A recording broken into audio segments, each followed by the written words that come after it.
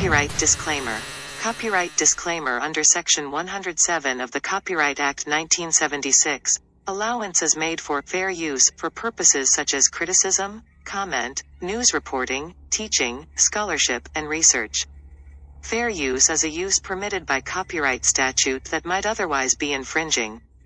Nonprofit, educational, or personal use tips the balance in favor of fair. Yo, what's good, my YouTube fam? So on that note, I must say, anything said about any person or persons in this content are not proven facts. Information in this content is based off of opinions and allegations. Allegedly. You know the internet's favorite word, allegedly. Allegedly. Well, let's get it. Hey, how's it going, my YouTube fam and my Facebook fam? We are live in California City with another story that's in regards to a child, an event that took place with a child. It's another sad situation, and I'm live at the grandmother's house of the child, and she wants to get the story out there to spread awareness, and still asking for answers and trying to take action in regards to the situation, just to the fact how it was handled that day, and a few other things. And it's only right to get it out there and make sure that something is done. So I'm gonna let a few people tune on in, and then I'm gonna let her tell her side of the story. We're just gonna keep it real brief and give you guys the basic story of what took place that day as far as what she knows. And then for anybody out there that might have any advice or could lead her in the right direction to take action, will be, very appreciated too. So if there's anybody out there that, may be able to help out with the situation, it'll really be a good thing to do. And also make sure you hit that thumbs up to help spread awareness. If you're watching over there on Facebook, make sure to come over here to YouTube and hit that thumbs up. Hello, you guys. How you doing? What's up, Stephanie, Melanin Learner, Jessica? How's everybody doing today? I'm going to let a few more people tune in, and then I'm going to turn it over to Miss Greta and let her tell the story, you guys. So make sure you show that love and support. Peace and blessings. Peace and blessings.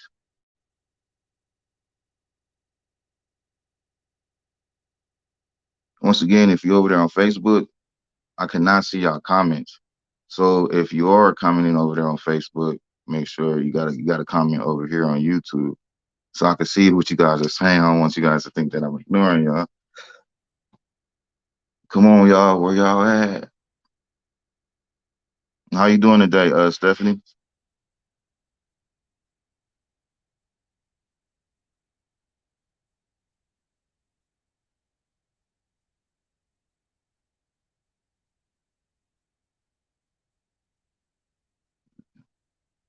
All right, you guys, we're gonna go ahead and get it started.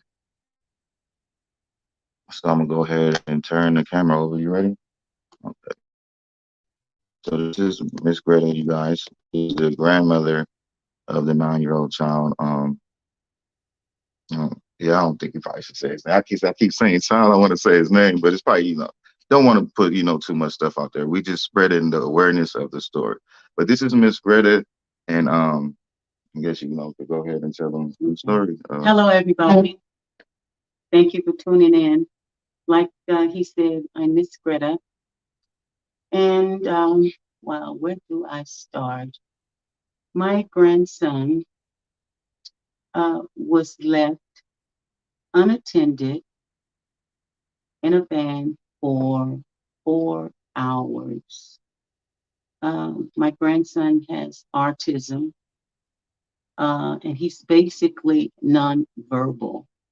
So he could give me no information on how it happened, why it happened, where he was. He doesn't know because he could not tell me. But I went to the people that I'm holding responsible for the incident, and I've gotten no answers, no clear answers at all. I don't know why he was left. I don't even know exactly where he was. I don't know what transpired during those 4 hours. But I need some answers. I need some clarity on this.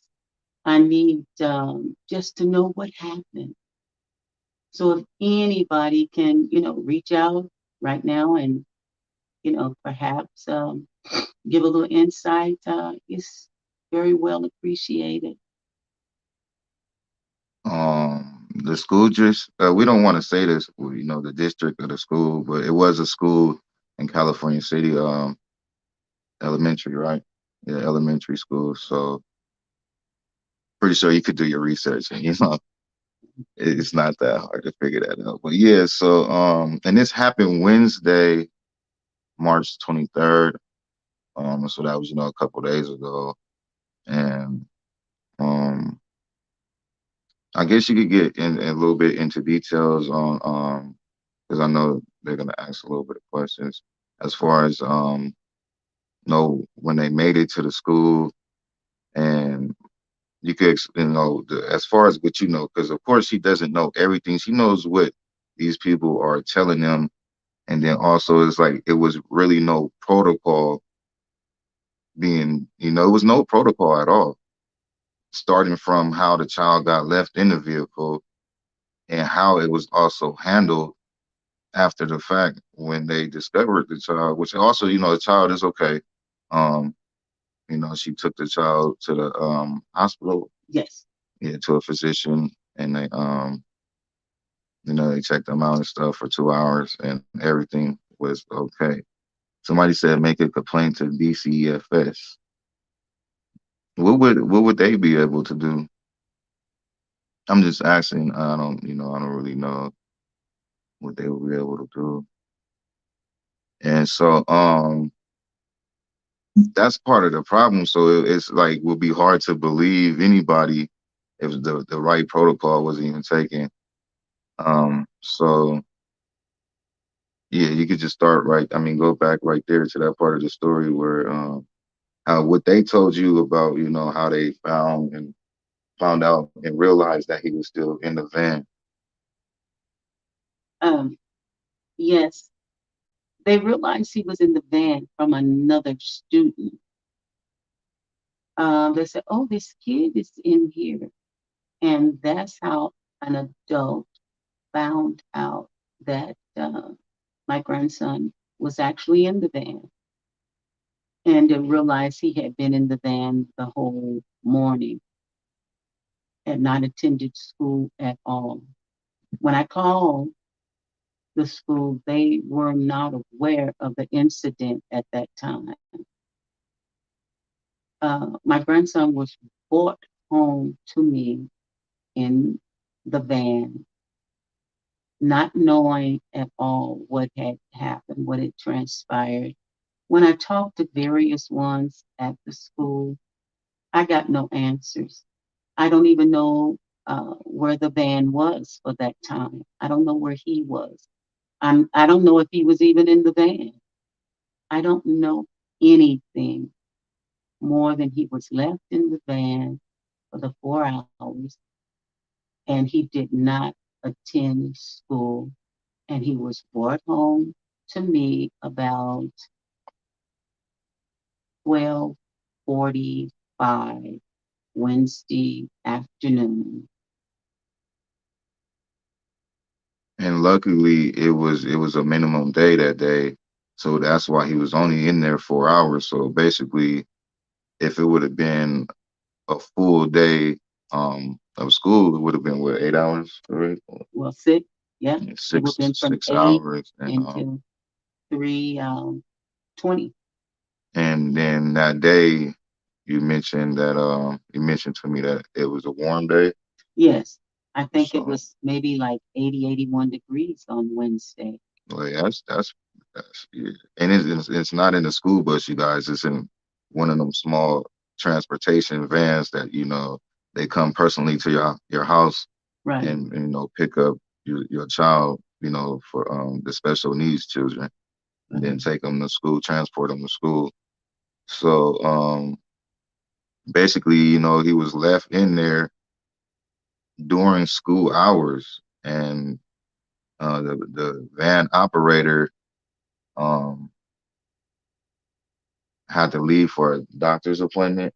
Yeah. So I don't even think she like they never realized that this child was in the van at all. And is they should have some type of protocol. They already got a login list when they pick up the child. It's only so many children in the van. It was the van operator, the trainee, correct? Yes. And then About 3 other students and my approximately, yeah. grandson. Yes. So they had to take, the children out the vehicle. So how can you pick up 4 kids and not realize that only 3 exited the vehicle and just go out, leave your job and go out throughout your day and, not realize, I guess what they would call it a mistake. And that's the thing nowadays, these little mistakes can lead to something tragic. And thank God that it wasn't the middle of summer or a hotter day or Longer hours. longer hours or, anything that could have led up to a death, which, I mean, if it's a parent doing it or anybody else, they'd take it real serious. And, you could go to jail for leaving a dog or animal inside a vehicle. No, it's not a private transportation company. It's the actual through the district. Um, so it could have easily went, way worse and it's still a bad situation. Is he also had his jacket on with his face mask, and then they say he was asleep the whole time, which is what they telling her, but she doesn't know that. Nobody really knows. Um, so yeah, it's just a very scary situation that needs that attention, and something needs to be done. So shout out to you for being a great grandmother, Thank you. a protector, and taking this step to, I would call it justice, get the right justice for this child and for her. Because just imagine it, I don't even just imagine that, um, and, and then the bus operator called her. I don't even think she took the child to the office, and like I said earlier, did the right protocol. It seems like she tried to call her to cover her ASS or something. But yeah, so it's not right. And so we gotta get the story out there, you guys. Let's get some help. And then once again, another situation out of California City involving a child, and it is, after what happened to the boys and stuff, it's, all this stuff should be taken more seriously, especially for the officials in California City that's supposed to protect kids or just, whatever the case may be, especially the school.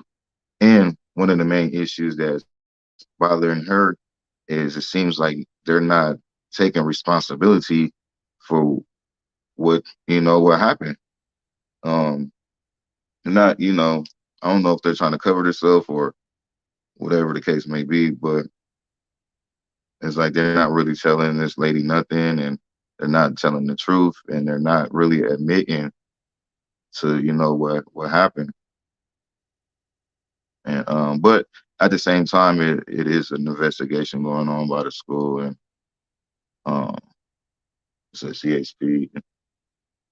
So yeah, hopefully, they get somewhere with it, but we still want to spread awareness and also, to let other people out there for the future safety of these kids that attend these schools. Let me run through these comments real quick and see what you guys got to say. Is there anything else that you want to say or feel anything that we left out? No, I think that's it.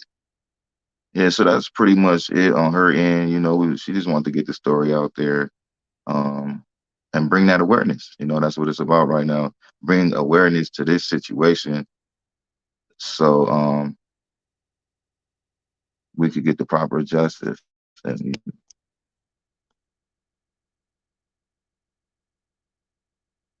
okay, we're just gonna go to the comments, see if they got any questions. I'll read them off, and then that's pretty much it. See, it wasn't too long, only 15 Mhm. minutes. Probably ended around 20 minutes, 5 more minutes. Somebody said if it was hot, he could have died. It happened here in Australia. Yeah, it happens all the time. And that's the confusing part because, um, I don't know if the justice system is different in between schools and the public, but when it comes to the public, like they'll take you to jail quick. And even if it's an accident or not, like not even a legal way, like if it's an investigation, it's rumored allegedly that the operator is still, at work, still driving these kids. And also allegedly, it's rumored that this is not the first time that it happened. So that's a protocol right there that they messing up on. And if it's I mean, look, I don't even know if you could call that an accident. Like, how is that an accident? And this is pretty much your profession. But anyways, let's see.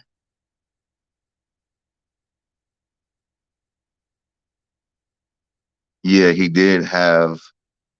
had his jacket on the entire time and his mask, and they said he was asleep for 4 hours, you know, the whole time.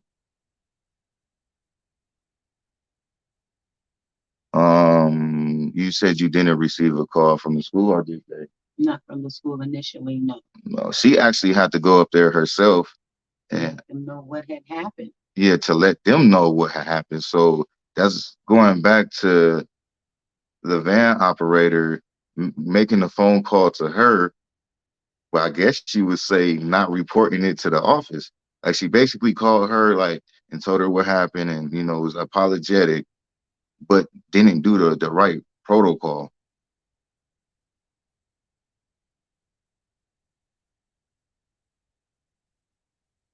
Um, Somebody said I believe the protocol is to walk front to back on a bus or vehicle or van to make sure that it's clear of children and items. Yeah, I agree. I'm pretty sure they have a login. I don't, I just don't understand how that's a mistake or how that transpired. It's not making sense. No food, water, or access to a restroom for a child is unacceptable. Disability rights agencies need to be contacted.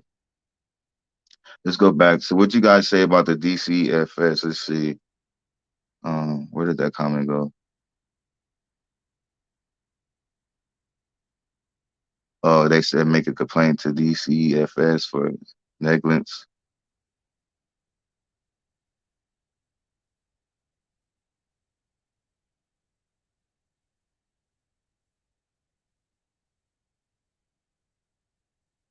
Disability rights agencies. Do you know anything about that?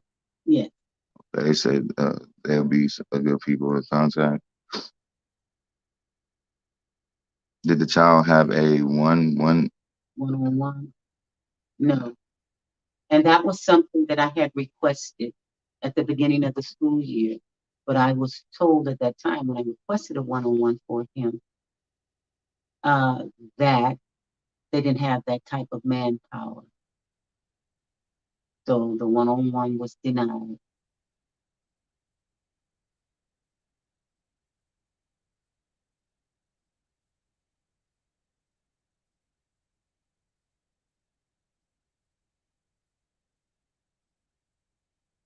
Child neglect and endangered. So before live, is there anybody else out there that has anything they want to say, any questions, any advice? Go ahead and drop it in the comment section.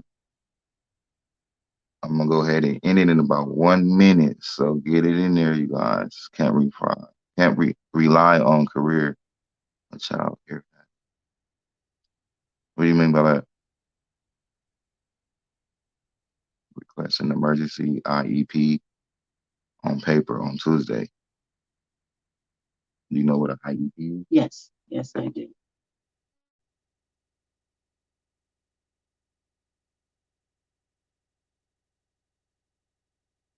All right, you guys. I'm gonna go ahead and end this and make sure you guys share and get the word out there Thank you. I appreciate it. Peace and blessings. And, thank you for Yes. letting me share the story. Yes. Thank you so much for allowing me to share my story. All right, you guys. Have a good day. Be safe out there.